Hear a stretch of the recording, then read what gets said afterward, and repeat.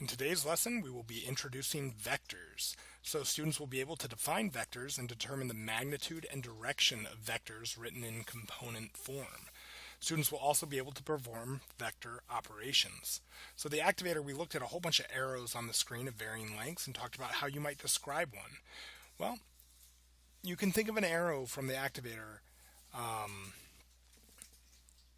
like a vector. It has a length and a direction. Well, vectors have the same. They have a direction and what we call a magnitude. And we're going to talk about those.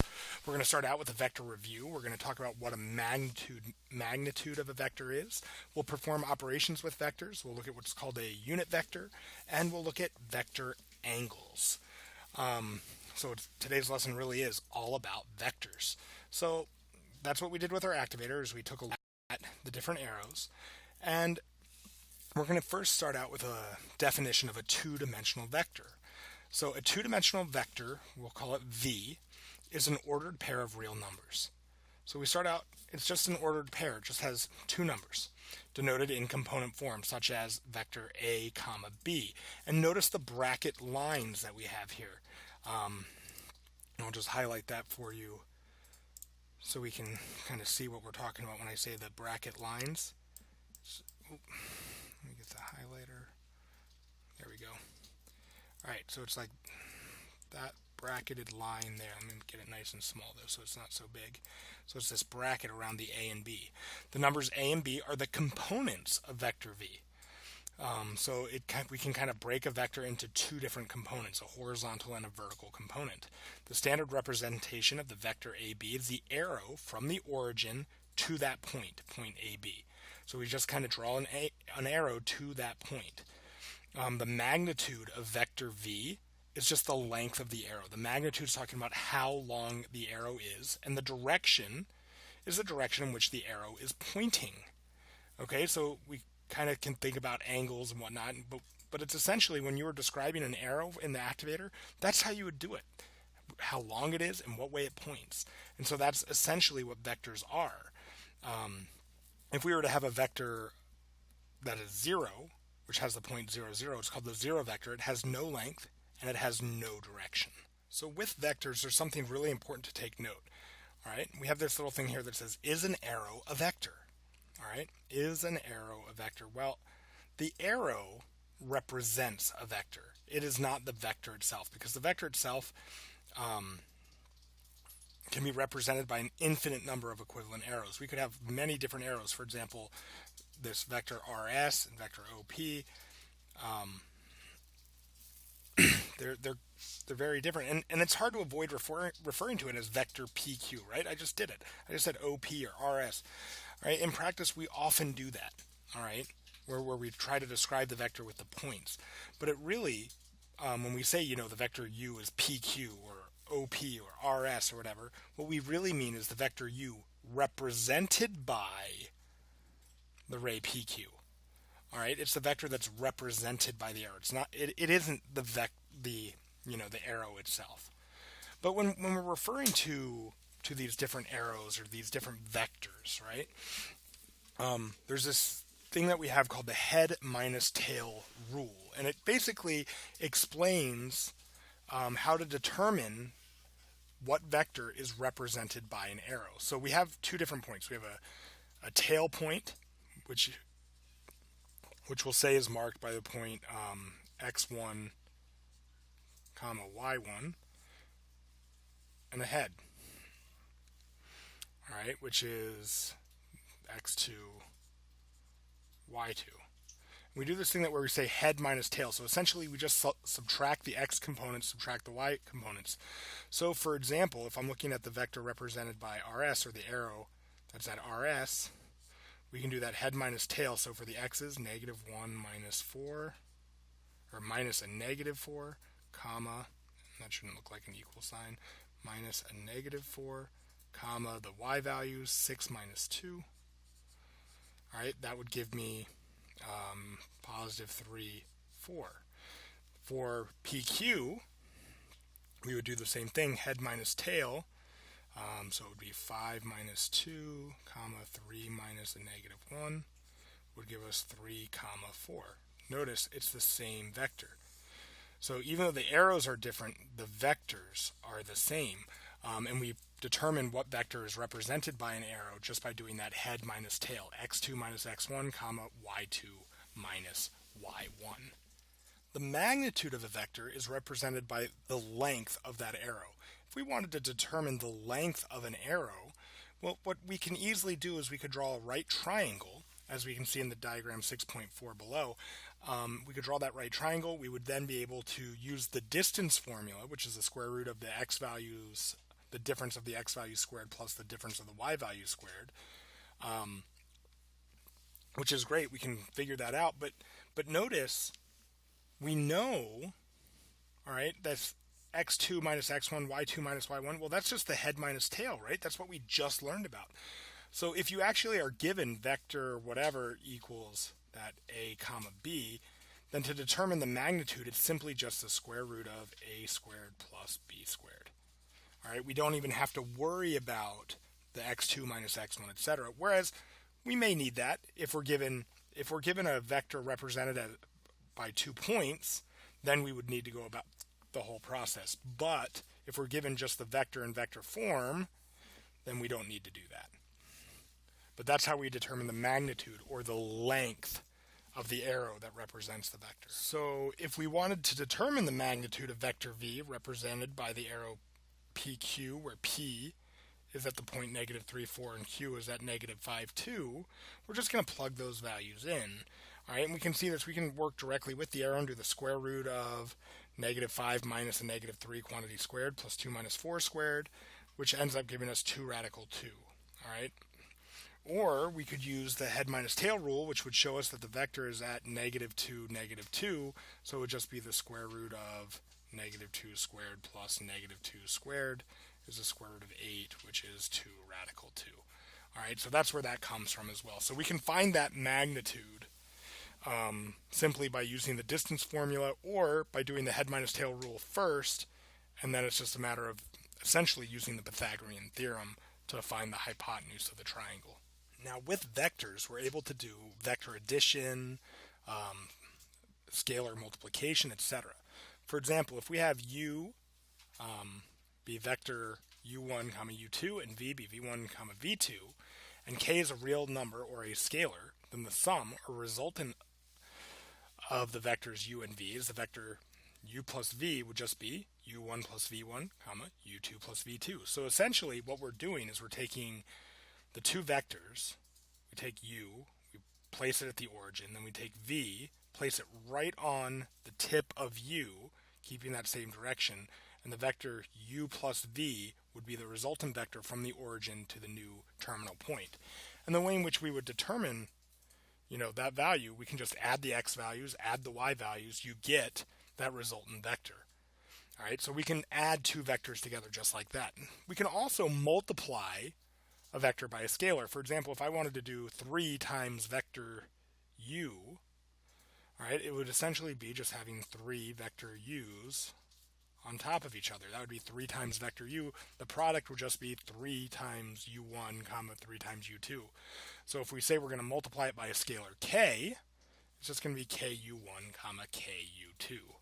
The diagram on the bottom just shows you the two different ways we can think about vector addition as tail to head, which is where we, drew one vector connected to the other. The other is creating a parallelogram with the two different vectors, and then it would just be the diagonal of said parallelogram would represent the sum of the two vectors. Here's a few vector operations that I want you to try on your own. If you have vector u be negative 1, 3, and v is 4, 7, find the component form of the following vectors: u plus v, 3u, and 2u plus negative 1v. See if you can solve those three. See what result you come up with, and when you think you have it, unpause your video and we'll go over the answers to those three. Okay, welcome back. So you should have found that for u plus v, all you had to do was add the x component and the y components, and you would have got the vector 3, 10. For part b, when multiplying times 3, it's just literally multiplying each component times 3, so you'd get negative 3, 9. And then for part c, you would multiply vector u times 2, which results in negative 2, 6. plus you're going to do v times -1, which gives you -4, -7, and then you just add the components to get the vector -6, -1. So hopefully you're able to do those operations. This is really using basic algebra skills, but applying it to a new concept. So the skills you need for this aren't extremely difficult, but it's just a new application. So we're going to see this quite often, is where we apply skills that you learned a long time ago to new things. Just like we saw earlier in the previous unit, just like we have a unit circle, right? We also can have something called a unit vector. Now in the unit circle, it was a circle that had a radius of 1. Well, a unit vector is a vector whose length is 1. All right, meaning if v is not the zero vector, then the vector u equals v over the magnitude of v is going to equal 1 over the magnitude of v times v. That's the unit vector in the direction of v. Unit vectors provide a way to represent the direction of any non-zero vector. It just tells us the direction. Any vector in the direction of v or opposite direction is a scalar multiple of that unit vector. All right, so if I wanted to find a unit vector, I want to find a unit vector in the direction v of 3 or -3, 2, and then I want to verify that it has the length of 1. All right, what we want to do is we want to take to find our unit vector u, we're going to take v, all right, -3, 2, and we're going to divide it by the magnitude of v, which is drawn like this. The 2 bars with the v in the middle, that says the magnitude of v. All right, and so I want to determine this value. Okay, and so in order to determine the magnitude of v, I did the square root of -3 squared plus 2 squared. So it's -9 plus 4, or +9 plus 4 is just radical 13. So the square root of 13 is what I'm going to be looking for. So then, now that I know what that is, I'm going to take that, and I'm going to do 1 over radical 13 times the unit vector v. So now we're just doing a scalar multiplication. So I would end up with, for my unit vector, would just give me -3 divided by radical 13, comma, 2 divided by radical 13. And if I want to prove that this vector has a length of 1, I would just find the magnitude of that vector. So it would just be -3 over radical 13 squared plus 2 over radical 13 squared, and I would take the square root of that value. So that would give me 9 over 13 plus 4 over 13, and take the square root of that. So it's the square root of 13 over 13, or the square root of 1, which equals 1, which means I would have a magnitude of 1. All right, when we take a look at the book solution, that's exactly what it tells us to do. It says, hey, let's find the magnitude and then multiply 1 over that magnitude times the original vector. And that will give us our unit vector. We find its magnitude. It tells us that we have a magnitude of 1, and that, by definition, is the unit vector. And it's in the correct direction because we have the actual components of that vector, which we got from the original. So as for direction angles, all right, there are many different ways and contexts in which direction can be measured. All right, one way to do it with a vector is to state what we call its direction angle, which is the angle theta that v makes with the positive x-axis. So if we look down at this diagram below, it would be this angle that's marked theta here. So if we go just from the positive x-axis, what angle is formed by that vector? All right, and that's what we did in previous sections within this course. Now if we use trigonometry, we can see that the horizontal component is just the magnitude of v times cosine theta. And the vertical component is the magnitude of v times sine of theta.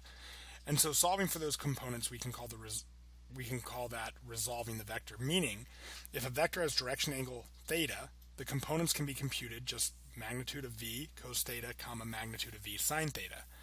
And from that formula, it follows that the unit vector in the direction of v is just cos theta sine theta. Because once we remove that magnitude, knowing what the magnitude is, etc., we divide by the magnitude, and we're just left with the unit vector just being cosine theta sine of theta, which is really quite nice in terms of working with these vectors in other problems. So to reiterate that point, if v has a direction angle theta, then the components can be computed just using magnitude of v cosine theta and magnitude of v sine theta. So if we want to find the components of a vector, and I tell you that the angle is 115 degrees and the magnitude is 6, so we know the magnitude, we know the direction, and I want to know what are the components, then it's simply just a matter of multiplying that out. So it would be 6 times cosine of 115, comma, 6 times the sine of 115. And that would be my the components of my vector, which, if we multiply those out, we get this negative 2.54 and 5.44, meaning we could actually kind of plot that point, negative 2.54, sorry, and 5.44. We could kind of plot that point and draw the triangle out, and that would be the triangle that's formed. But a lot of times it's just as easy to leave it in that form with 6 cosine 115 or whatever. You could multiply it out and just say that your final answer is this negative 2.54 comma 5.44 as well. That's perfectly fine. Another thing that we should be able to do then is, if we are given a vector, we should be able to find the magnitude and the direction angle for that particular vector. For example, if I'm given the vector u is 3, 2, I can easily find the magnitude just by doing the square root of 3 squared plus 2 squared. Gives me radical 13 is my magnitude. Now if I want to know the direction, alright, I can take a look at the triangle that's formed by this. I know the magnitude is radical 13, right? I know my y value is 2, my x value is 3, and then if I wanted to determine that angle right here, if I call this angle alpha, which we can see, I'm not so good at drawing the alpha, but if we take a look at the triangle up there in the diagram, I can just do, inverse sine of 2 over radical 13, and that would go ahead and give me that particular angle, that value, which, if we notice here, instead of using sine, they use cosine, which is fine. It would be inverse cosine of 3 over radical 13. We get that same value. All right, and we can do that every time. We can go ahead, we can determine the magnitude first. Once you have the magnitude, you could then even use your magnitude times cosine angle comma magnitude sine angle, and then solve from that as well. There are many ways we can go about it, and then you'll end up also having to do an inverse trig function to determine the angle at the end to get that actual direction. So just a quick summary. In this lesson, we explored the concept of what a vector is, what they represent, and how they can be used to solve problems. We learned how to represent two-dimensional vectors, and we talked about how each has that magnitude and direction. We explored the concept of a unit vector and learned how to determine the unit vector for any vector that we're given. So you should be able to apply that head minus tail rule. You should show when two vectors are equivalent. You should be able to determine the magnitude of a vector, perform vector operations, find that direction angle, and determine a unit vector based on any vector that you've been given.